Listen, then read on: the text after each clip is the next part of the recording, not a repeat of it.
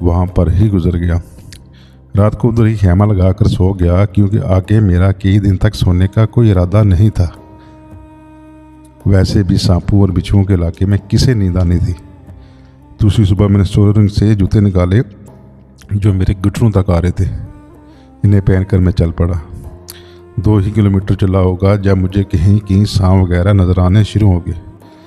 ان سے بچتے ہوئے میں تیزی سے چلتا رہا۔ تھوڑی دیر بعد سانپ اور بچھو وغیرہ ہر جگہ نظر آنے لگے۔ میں بہت محتاط ہو گیا اور پھونک کر قدم آگے رکھنے لگا، لیکن پھر کچھ دیکھ کر میں بری طرح چونک پڑا۔ میں غور سے انہیں دیکھنے لگا۔ کسی نے بھی میرا پیچھا کرنے یا ڈسنے کی کوشش نہیں کی تھی۔ سب ادھر ادھر گھوم رہے تھے۔ انہیں میرے ہونے یا نہ ہونے کی کوئی پرواہ نظر نہیں آ رہی تھی۔ ان کا یہ رویہ غیر فطری تھا۔ وہ بالکل میری طرف کوئی توجہ نہیں دے رہے تھے۔ ان میں سے وہ جانور جو حرکت نہیں کر رہے تھے وہ سب کے سب مشرق کی طرف رخ کیے بیٹھے تھے، جو کہ بہت حیرت انگیز بات تھی۔ حاتم نے مجھے بتایا تھا کہ وہ لوگ 7 دن تک مشرق کی طرف چلے تھے۔ اس کے بعد 3 دن جنوب مشرق کی طرف تھا، جس کے بعد وہ لوگ اس پیالہ نما جگہ کے کنارے پہنچے تھے۔ میں نے اس زہریلے جانوروں کے علاقے میں داخل ہوتے ہی اپنا رخ تھوڑا سا بدل لیا تھا۔ میرا اندازہ تھا کہ اس طرح میں اپنا کچھ وقت بچا سکتا تھا۔ حاتم کے مطابق انہیں یہ علاقہ عبور کرنے میں 3 دن لگے تھے، مگر مجھے اگلے دن صبح کو ہی احساس ہونا شروع ہو گیا کہ میں اس علاقے سے باہر نکل آیا ہوں، یعنی 2 دن پہلے ہی میں وہ خطرناک علاقہ عبور کر چکا تھا۔ میں کچھ سوچ میں پڑ گیا۔ یہ کافی بڑا فرق تھا۔ میں نے کچھ سوچا اور واپس مڑ گیا۔ جس جگہ مجھے زہریلے سانپ وغیرہ نظر آنے شروع ہوئے، میں باہر سے ایک طرف چلنا شروع کر دیا، اور پھر چند ہی گھنٹوں کے بعد میرا اندازہ درست نکلا۔ میرے اوپر یہ انکشاف ہوا کہ یہ زہریلے جانور گولائی میں موجود تھے، یعنی جس علاقے میں یہ رہتے تھے وہ ایک پٹی کی صورت میں تھا جو گول تھی، اور یہ گولائی بہت بڑی تھی۔ یہ کافی پراسرار معاملہ تھا۔ میں نے سوچا کوئی دیر رک کر اس کی وجہ معلوم کرنے کی کوشش کرنی چاہیے، مگر پھر جانے کا خیال آ گیا اور میں آگے کو چل پڑا، لیکن واپسی میں اس پہیلی کو سلجھانے کا عہد کر لیا۔ 3 دن تک کوئی خاص واقعہ پیش نہیں آیا، اور پھر چوتھے دن میں ایک ایسی جگہ پہنچ گیا جہاں کی جگہ باقی علاقے کی نسبت نیچی تھی۔ یہ دکھنے میں کسی پیالے کے اندرونی حصے کی طرح نظر آ رہی تھی۔ یہ بالکل گول تھی، جیسے کسی نے باقاعدہ پیمائش کر کے اسے گول کیا ہو۔ اس کے بیچوں بیچ ایک چھوٹا سا ٹیلا ابھرا ہوا تھا۔ اس کا درمیان کا حصہ کناروں سے تقریباً 8 فٹ گہرا تھا۔ اس کے کناروں کی ساخت کچھ ایسی تھی کہ اگر ایک بار کوئی اس میں داخل ہو جائے تو باہر نکلنے میں کافی مشکل پیش آتی ہوگی۔ میں غور سے ریت کی سطح کو دیکھنے لگا۔ ریت پر کسی بھی طرح کی کوئی ہلچل نہیں تھی، اور نہ ہی کسی قسم کا کوئی نشان تھا۔ اس گڑھے کا درمیان کا حصہ کناروں سے تقریباً 8 فٹ گہرا تھا۔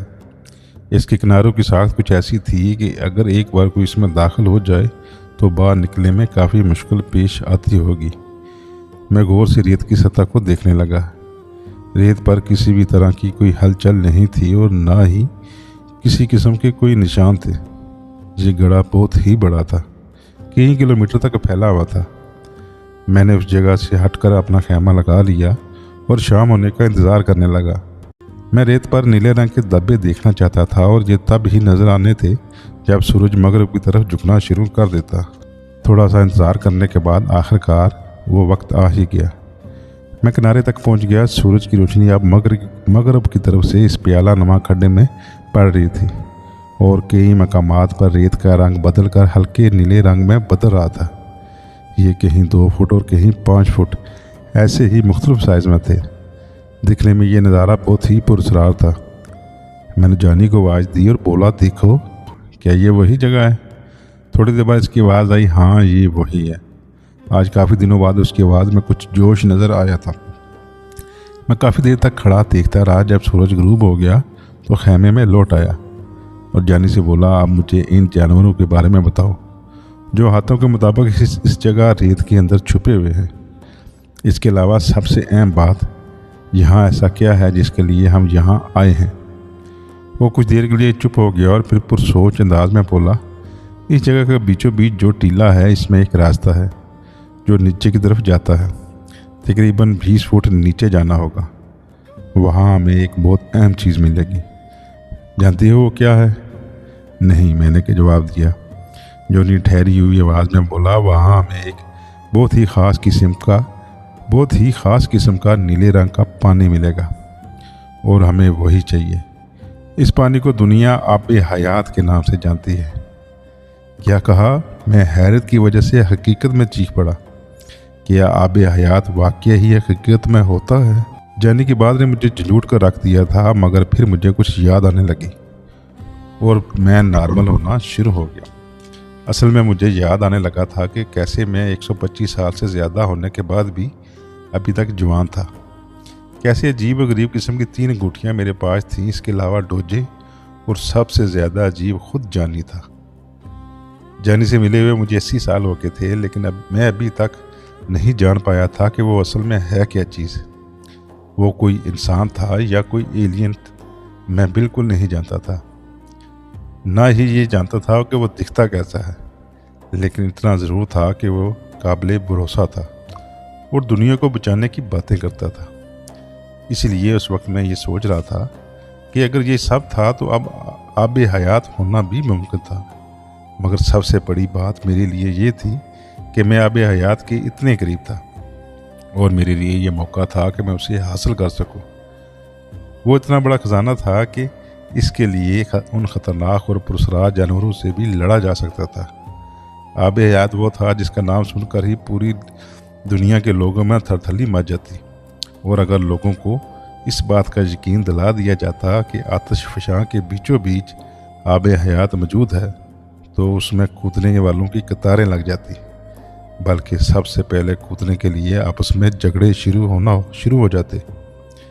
لیکن پھر بھی اس وقت میں چاہے اپنے آپ کو کتنا ہی پرسکون رکھنے کی کوشش کر رہا تھا، اور اس کے لیے جانی وغیرہ کی اپنے آپ کو مثالیں دے رہا تھا، مگر اندر سے میں بری طرح ہل کر رہ گیا تھا۔ میں کافی دیر تک اس کے بارے میں سوچتا رہا، اور پھر میں نے پختہ ارادہ کر لیا کہ میں ہر حال میں آب حیات حاصل کروں گا، چاہے اس کے لیے کچھ بھی کیوں نہ کرنا پڑے۔ تھوڑی دیر بعد میں نے کہا، اچھا مجھے اب جانوروں کے بارے میں بتاؤ۔ جانی بولا، میں اس کے بارے میں کچھ زیادہ نہیں جانتا، بس اس کے بارے میں میرے کچھ اندازے ہی ہیں۔ میرے خیال میں یہ کوئی میوٹنٹ قسم کے جانور ہیں جو یہاں رہتے ہیں، جو کسی نامعلوم وجہ سے بدل کر رہ گئے ہیں۔ یہ اس گڑھے سے باہر نہیں نکلتے اور نہ ہی اندر جانے والے کسی جاندار کو زندہ چھوڑتے ہیں۔ یہ بہت ہی خطرناک اور سخت جانور ہیں، چھپ کر حملہ کرتے ہیں اور تب تک ریس سے باہر نہیں آتے جب تک کوئی اندر داخل نہ ہو جائے۔ باقی وہ اتنا طویل عرصہ کھائے بغیر کیسے زندہ رہتے ہیں، میں اس کے بارے میں کچھ نہیں جانتا۔ جب وہ خاموش ہوا تو میں نے پھر سے سوال کر دیا، کچھ اور بھی بتاؤ، جیسے ان کی ساخت یا جسامت کیسی ہے، وہ دکھتے کیسے ہیں، اور بھی کچھ جو ان کے بارے میں جانتے ہو۔ جانی نے جواب دیا، دکھنے میں وہ کسی سانپ کی طرح کے ہیں، مگر بہت بڑے بڑے۔ وہ بہت تیزی کے ساتھ حرکت کرتے ہیں، اچانک ہی ریس سے باہر نکل کر حملہ کر دیتے ہیں اور اچانک ہی غائب بھی ہو جاتے ہیں۔ بڑی جسامت کے باوجود ان کی حرکت بہت تیز ہوتی ہے، اور یہی چیز انہیں زیادہ خطرناک بناتی ہے۔ اس کے بعد وہ خاموش ہو گیا۔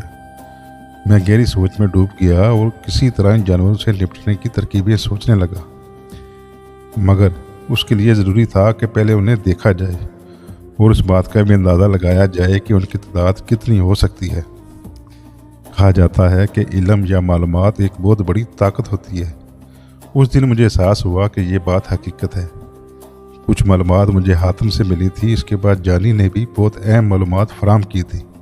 اب میں اس قابل اپنے آپ کو محسوس کر رہا تھا کہ ان خوفناک جانوروں کا سامنا کر سکوں اور کوئی بہتر حکمت عملی اختیار کر سکوں۔ میں نے اپنے ذہن میں ایک منصوبہ تیار کیا اور پھر صبح ہونے کا انتظار کرنے لگا۔